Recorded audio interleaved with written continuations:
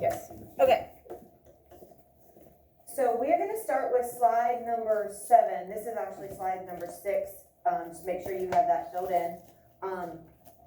We're gonna continue. Grant, it looks like you have a flashcard on the ground. And yes, you really do. Oh, Rory's not here. Somebody found electrical field during 4th period, so it might be from over in that area. Does it have Electric initial? field. Does it have There's initial? no initial. Dang. Shame. So, remind me, they said it was found over there by where Rory sits, so, try to remind me tomorrow when he comes back. Okay, sorry. Let's do a quick rehash. We started talking about, force fields. And what was my example for force fields? And I said, if you remember this, it'll help you understand our force fields. And it's kind of weird. The dome thing and Hunger Games. The Hunger Games, yes, and what else? The fart, right? The fart funk. So force fields are kind of like a fart funk. So you're like, oh my gosh, we're talking about farts today. Yes, again, we're talking about farts because what were the 2 reasons why I said that it was a good example? What do they have in common with force fields? With our force fields. Tristan? They get stronger when you get close to them. Yes, they get stronger as you get closer, and that's a huge key factor. What else? And they get weaker when you go away from them? They do. And what else? Can you see them? No. No, so they're invisible. So they're invisible, and the closer you get, the stronger they get, and then kind of the reverse is also true. The farther away you get, the weaker they get. All right? So we said if you're just like walking along, doing your thing, right? And then, bam, you get smacked by the fart funk. It's invisible, and then when you're in it, it's bad, right? So as you start to move away, then it starts to get better. So we started talking about our electrical fields first. What was that appropriate property? Because remember we said all 3 of our forces are going to have an appropriate property. What was that? Anybody remember? And I told you, this is the one that's hard to remember usually. The what property? Appropriate property. So remember my little demonstration? Here's my magnet, and this clip has the appropriate property. This plastic does not for magnetism. Anybody remember the appropriate property for electrical fields? What do you think, Colton? No, not electromagnets. Something maybe with electrons. Charge, right? Now, what does a charge mean? Does it mean it's all powered up like your cell phone's powered up? Not exactly in this case, right? What do you think, Tristan? It has a positive charge. Or a negative charge, right? So you have more protons or you have more electrons. So basically, unequal number of protons and electrons. Because in a normal atom like this, you're gonna have 6 protons, you'll have 6 electrons. They're equal, it's neutral, right? So it would have to become charged. It would have to lose some electrons or it would have to take some electrons, which would make things unequal. And if it's unequal, now it's considered charged. And that kind of leads us to where we ended up yesterday. All right, so we already kind of talked about this too. Opposites are going to attract, like charges are going to repel. So attract means come together, and I believe that's a vocab term. Repel means to move away. Has anybody heard of rappelling like down a mountain? You've done it? Me too. It's really cool, isn't it? Kind of scary, fun, a little bit of an adrenaline rush. What do? Can you explain just briefly? Or like, It wasn't a very like big book kind of thing, so it was at around 8 p.m. But they would kind of like put you on like this harness thing, and then they take you off, and then you kind of like try to push off the cliff. there's the key. You push off, right? So you're kind of dangling from this rope, and then you like push against the mountain or the rock wall or the cliff, and like you kind of slide down, and then you push off again, and then you slide down, and then you push off. You're repelling. You are pushing away. That's exactly what happens when you have 2 positives or 2 negatives. They're going to push away from each other. Same with like a magnet. Yes, because it's basically like a north end and a south end, which are opposites. Yep, same exact idea. So if you have clothes in a dryer tumbling and rumbling around, electrons can get knocked off each other. remember where those electrons are. They're on the outer part of the atom, right? So as they're circling around the nucleus, those electrons can get pulled or plucked off, right? What has ever happened if you have gone to get stuff out of the dryer? What have you ever noticed with your clothes sometimes? What do you think? Yeah, right? So like a sock is stuck to a t-shirt and you're like, right? You separate them. You get a lot of static cling unless you use a dryer sheet. Yeah, I was gonna say the dryer sheet, I collects it all. Yeah, no, I don't want to just be totally sexist here, but girls and maybe some long-haired boys, did you know that if you take a dryer sheet and rub it on your hair, it gets rid of static? So like, you know, like the Under Armour sweatshirts, like the dry fit kind of sweatshirt, when you take those off, those get you real staticky. Yeah, I bet you get bad static, don't you? Yeah. So I had a girl one time, she pulled a dryer sheet out of her pocket. I'm like, seriously, what's going on here? And she's like, what? And she's like petting herself, brushing it. She used a dryer sheet. And I was like, oh, I did not know, like, it didn't occur to me. Like, I understand it keeps your clothes from getting staticky. So just so you know, you might actually learn something very useful today in class. Yes? Or like old like big TVs, like the screens that like have like a big static and you rub your hand against it. Or even close to it, right? You can kind of feel that zzz. Yeah, definitely. So this is what's happening. This is why, because there is this rumbling and tumbling, this moving of objects. Those objects are all made, when you come down to it, from atoms, which are made of protons and electrons. So some of those electrons are getting stolen off of your sock and taken to your t-shirt. Well, now your sock is positively charged, your t-shirt's negatively charged. Bam! You have that attraction. Okay? So this means that the clothes are gaining or losing electrons, and since oppositely charged clothes are coming together because of that change in charge. Now my sock and my t-shirt normally would get along just fine. Like they just keep their distance, no problem, because they're not charged. But once they get rumbling and tumbling and moving all around in that dryer, then some of those electrons get stolen, and it could get stolen from the shirt to the sock. Like I'm just saying one way or another. There's no real predicting which way the electrons are going to get taken or received. But I yes. remembered another one. If you go down like a plastic tube slide, your hair sticks up. Yep, and I think I have a picture of that here in the next couple slides. Definitely.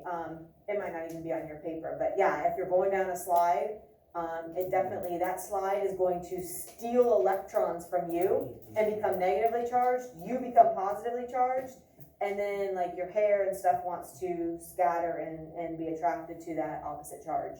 And the balloon. Yes, a balloon.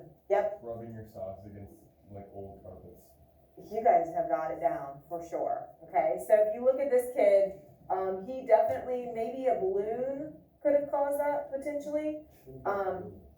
We're gonna look at this thing. Who's ever gone to COSI? Okay, you know, like the giant static ball? Yeah. It's called a Van de Graaff generator. We have one and we're gonna get to use it. It's not that big. But actually, we used to have a small one. Miss Heil and I shared it, and it was kind of breaking, and like we used it so much. Well, Miss Durchie has an awesome one. She's like, well, I have one. I don't even use it. We were like, oh. So I just talked to Mrs. Heil, and she said that they used it the other day, and because they're a little bit ahead of us, and she said it was awesome. So I'm super excited for us to get to use it. It is way fun. The small one was fun. This one's like this big, so I'm excited for you. In 6th grade, we like put pepper and salt, and we like rub something on our hair, comb, and then we could put it down in the oven, and like the pepper separates from it. Oh, okay, because they're similarly charged, and so then they repel. Yeah, and we're gonna actually look at something kind of similar to that with magnets in a little bit. So when we touch out the static ball, will it work and just go?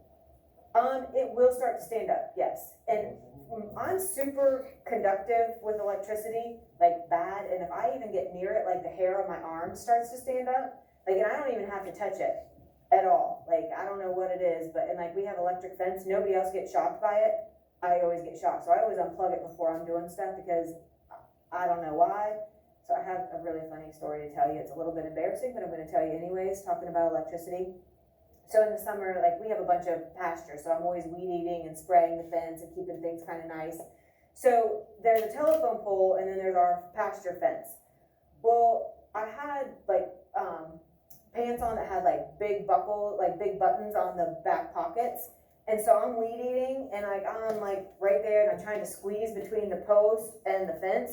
So I'm like squeezing in and the buckle, like the buttons on the back of my pants get stuck on the fence. And like it threw me like into the top hot wire. So I'm like getting like shocked. And like my pants were stuck. So I'm like weed eating, I'm shaking. I had a burn mark on my back. Like I could not get away from the fence. Like it was the craziest thing. I was just like, if anybody had drove by and seen it, it would have been really embarrassing because thank goodness we live on a dead end dirt road, but it was bad. So like seriously, I'm like weed eating, can't get it stopped. Like my hands couldn't let go. And like, I'm like trying to lift myself up because like my buttons are stuck on the fence. Oh, just thinking about it makes me start sweating. It was crazy. And finally, like I was able to like lift up high enough that my buttons like let go of the fence, like unhooked, and then I could move away from the hot wire. Thanks But for more of those pants while we did. oh man, I tell you what, I started spraying a lot heavier right there so that I didn't have to weed eat. And I'm like, okay, not gonna do that again. So the electrons flowing, like they are, that's what electricity is, obviously. But looking at how electrons move and how they can go from one object to another, that's kind of our electric field situation that we're gonna talk about, yes. I was with my dad and we were at Isaac's farm and there was like 5 people lined up and I was in the end and he just grabbed the fence and we all just like grabbed each other Oh, and you and all it all felt it? went just to me and it scared the living crap out of me. It was Now, did terrible. anybody else feel it or just you? Some people just like Just a got little- a little bit, but just yeah. I got like all of it. You got it. And that's what we, when we get the Van de Graaff generator, usually like if you guys make a chain, like the first person kind of feels it and it kind of, you can feel it go through the other people, but the last person usually gets the most. Yeah. Yeah, it sucked. It is kind of crazy. Okay, so static electricity, looking at all these good examples you guys just gave, is the gathering of excess charges on an object. Okay, that's all it is. So we know that electricity is electrons flowing. So static electricity is a little bit different, where it's just a buildup of electrons. And if you have a buildup of electrons, you have negative charge overall. If you have lost some electrons, now the object is positively charged, right? Because now you have more positives or protons. So by one gaining something, the other loses, and you get that opposite charge happen. So the key with electrical fields is to have a charge. That's the appropriate property. If you don't have a charge, then you're not going to experience the force. It's not going to be able to attract or repel anything. All right, so materials are made of atoms that are normally electrically neutral, and because they contain equal numbers of positive protons and negative electrons, they're neutral, right? There's no charge. So you need to be able to get those electrons separated to get an uneven number. And the easiest way is rubbing two things together.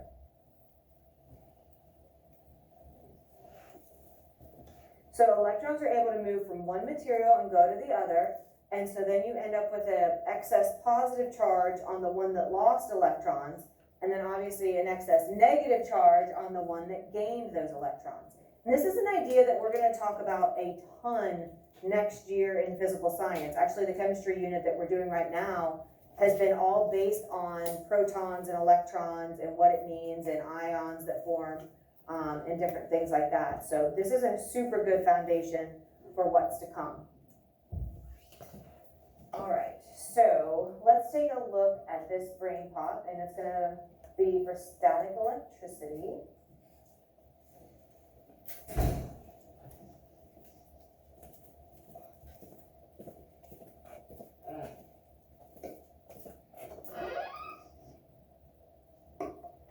Ow, why'd you do that? Oh, thanks, I guess. Dear Tim and Moby, why do I sometimes get zapped when I touch a doorknob? From Sarah. That's an example of static electricity.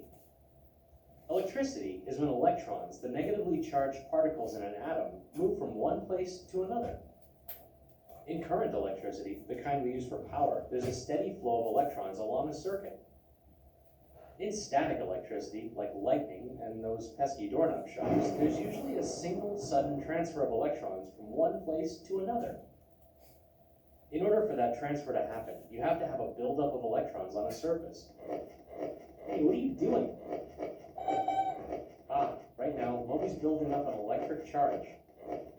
The rubbing makes the balloon pick up electrons from my hair, giving it a negative charge. Because my hair loses those negatively charged electrons, it gets a positive charge. And the negatively charged balloon attracts the positively charged hairs on my head. Because opposites attract, right? I think it looked better before. Anyway, all the matter in the universe is made up of atoms. And every atom contains a certain number of protons, neutrons, and electrons. Protons have a positive charge, and electrons have a negative charge. Neutrons don't have any charge at all.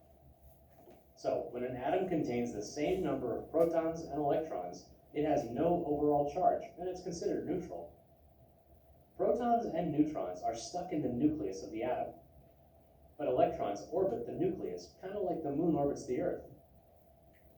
And electrons like to move around. In fact, if you rub two non-conductive materials against one another, those electrons can jump from one material to the other. What are non-conductive materials? Well, conductors are materials that electrons flow through easily. Metals are good conductors. Non-conductive materials, or insulators, don't allow electrons to flow through them. They include things like cloth, rubber, and plastic. Some insulators like to give up electrons, and some of them like to collect electrons. Most carpets are made of nylon and wool. Those substances tend to give away their electrons, leaving them positively charged. Your shoes, on the other hand, have rubber soles, and rubber is a material that naturally collects electrons. Remember how the rubber balloon pulled electrons away from my hair? Well, your rubber soles can pull electrons away from the carpet. All you have to do is walk across it, and the electrons will be pulled out of the carpet and onto the soles of your shoes. A force called adhesion is responsible for the transfer of electrons. You can build up a bigger electric charge by rubbing your feet against the floor. The more you do it, the more electrons your shoes will collect. Anyway, those electrons that your shoes pull away from the carpet stay stuck to the surface of your body. And if you touch a conductor, like a metal doorknob, the electrons will flow out from your body and into that conductor. And they'll do it really, really fast. The shock you feel when you touch a doorknob is millions of electrons flowing between you and the knob in like a split second. That's a lot of energy to transfer in a really short time, which is why shocks can be painful. So, if your home has carpeting, be careful when you're wearing shoes indoors. Right, Moby? Moby?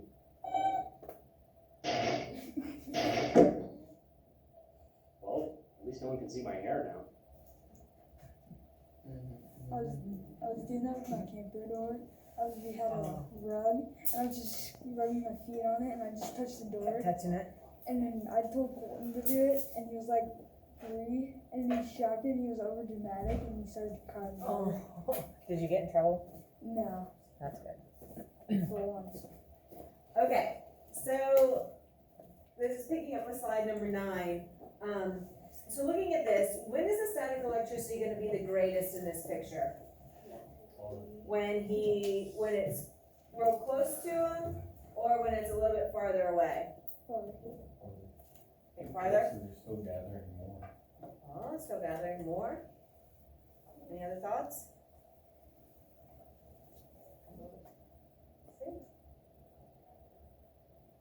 Oh. So here's the thing, is he even holding the balloons? No.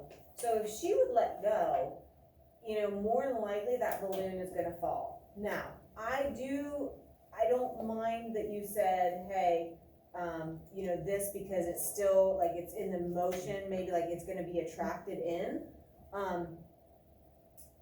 But the idea that he has them stuck to his head without having to hold them lets you know that it's greater in that picture, okay?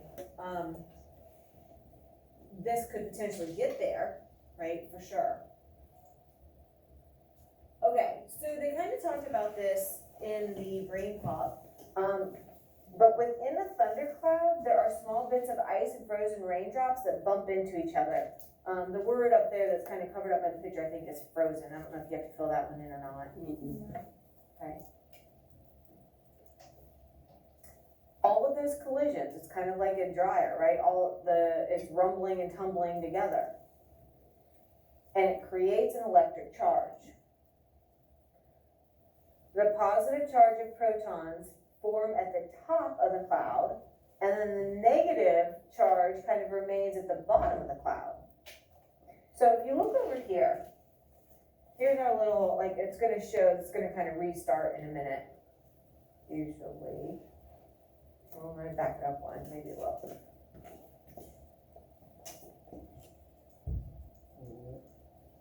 We're gonna look up here. So you see they're scattered around, right? Then they kind of separate. You see the negatives building up on the bottom of the cloud, and you saw the positives forming, so here it's replaying. Positives forming down here. Opposites attract, which is why it will discharge and come together, and when that happens, it kind of balances things out. So within that thundercloud, you get the separation, and once you have the separation, then it builds up and builds up and builds up until it wants to discharge. You get that release, that sudden release. Actually, if you're about to get struck by lightning, your hair will stand up before you do. Really? Yeah. That makes sense, because it's a giant static shock. I mean, giant, right? Very So cool. if your hair stands up during a thunderstorm, you should run. Yeah, basically get under Wait, something. so Yeah. what are the chances of getting struck by lightning? Couldn't you just like walk on the carpet and get like a really, really negative charge on you? And then it will strike you? Technically, you would change your charge. But what, why Yeah. is there gonna be carpet Yeah, in if the middle you- of nowhere? yeah. Hypothetically, that should work. 'Cause Okay. Why did you say if you hold like a broom up? What does that A do? bat? you mean? If it would hit that and it's not a good conductor, so it wouldn't come through to you. Okay, so then the charge coming up from these points is eventually gonna connect with a charge reaching down from the clouds, and then that's when you get the strike, that's when you get that big shock. So if you've ever gotten a static shock when it's been dark, you actually see like little sparks. You know, I know a lot of times, like, I'll go down to my basement and I just have like the upper light on, like, cause it's kind of like a landing. So I have that landing light on, I just run down to the dryer, and I've separated things in the dark, like, not dark, but a little darker than this, and you can actually see like the sparks. Those are like, you know, little static charges that are discharging. Well, lightning is a giant, you know, enormous static charge that's discharging. I was laying in bed one time. This actually was just last week, and I picked up my blanket to adjust it, and I saw all the like blue sparks and stuff. So, yeah, very cool. The reason I figured out about hair standing up is because my grandpa was struck by lightning once when he was fixing his car, and his hair stood up. Oh my, yeah, I had never heard that, but I mean, it does make total sense that would happen. Even like if you, even like with the Van de Graaff generator, like I was telling you, like if I get close to it, like I can kind of feel, like, as, you know, before I actually touch it, you kind of get that, it's like a little bit of it starts, and you get that little warning. Okay, so here's another brain pop for thunderstorms. We put our notes away. No, I think we have one more slide I want to do. Well, that wrecks that plan. Hey, good idea. I'll just pick one at random. Hey, what do you know? Dear Tim and Moby, what is lightning and what happens during a thunderstorm? From Matthew. Well, it all comes from clouds. Storm clouds, as well as regular clouds, form when warm, humid air rises and cools. As the air loses heat energy, the water vapor condenses, and you get clouds. Storms can develop when the clouds cool enough so that rain droplets or ice crystals form. Clouds get so heavy with moisture that some falls down as precipitation, another word for rain or snow or hail. Lightning is created by static electricity. Strong air currents inside the storm clouds cause static charges to build up as the air molecules rub up against each other. This difference in electrical charge can correct itself in a couple of ways. Sometimes an arc of electricity can occur inside the cloud itself as the charges equalize. This is called sheet lightning. The ground, which is positively charged, can also attract lightning strikes. A zigzag bolt of electricity, called a leader stroke, arcs from the cloud to the ground. The ground answers with a bright return stroke that continues up to the cloud. Electricity likes to take the easiest possible path, so the lightning is jagged as it finds its way through the atmosphere. The whole thing is sort of like when you rub your feet on a carpet and get shocked by touching a doorknob, but on a much larger scale. Lightning can heat the surrounding air to over 30,000 degrees Celsius. The surrounding air rapidly expands and generates an immense shock wave that you hear as thunder. Because the speed of light is so fast, lightning can be seen almost instantly. However, sound only travels about 1 kilometer every 3 seconds. That means that if you hear thunder 9 seconds after you see the lightning is about 3 kilometers away. If you see and hear the thunder and lightning together, that means the storm is right on top of you and you should seek shelter. A bolt of lightning can be deadly, so it's really important to be safe. If you can't get indoors, move into an open space and squat low on the ground.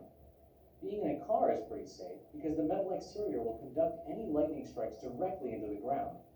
Ow! Stay away from water, tall structures, and trees, and metal things like golf clubs or Moby. Well, a lightning rod is a copper rod placed at the top of a building and connected to the ground by cables. It provides an easy, safe path for the lightning to take to the earth so the building isn't damaged. That's not such a good idea.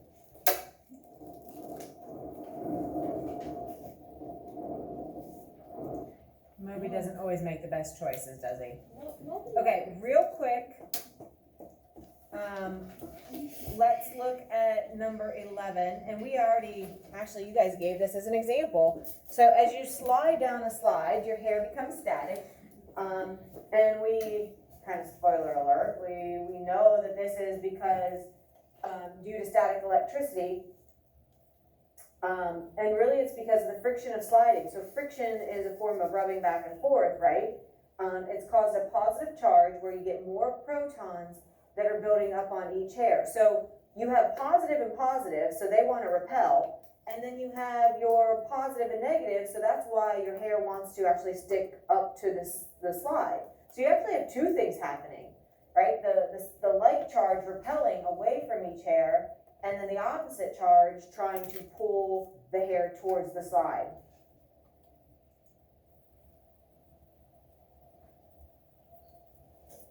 So you get the pushing away and the repelling, and each hair is trying to get away, but if you get closer, move your head around towards that slide, you're gonna feel, that hair kind of, or see the hair start to like go towards the slide. We will take a look at this little simulation tomorrow. It's pretty funny. And then that will move us and get us started with magnetic. So our first field is done.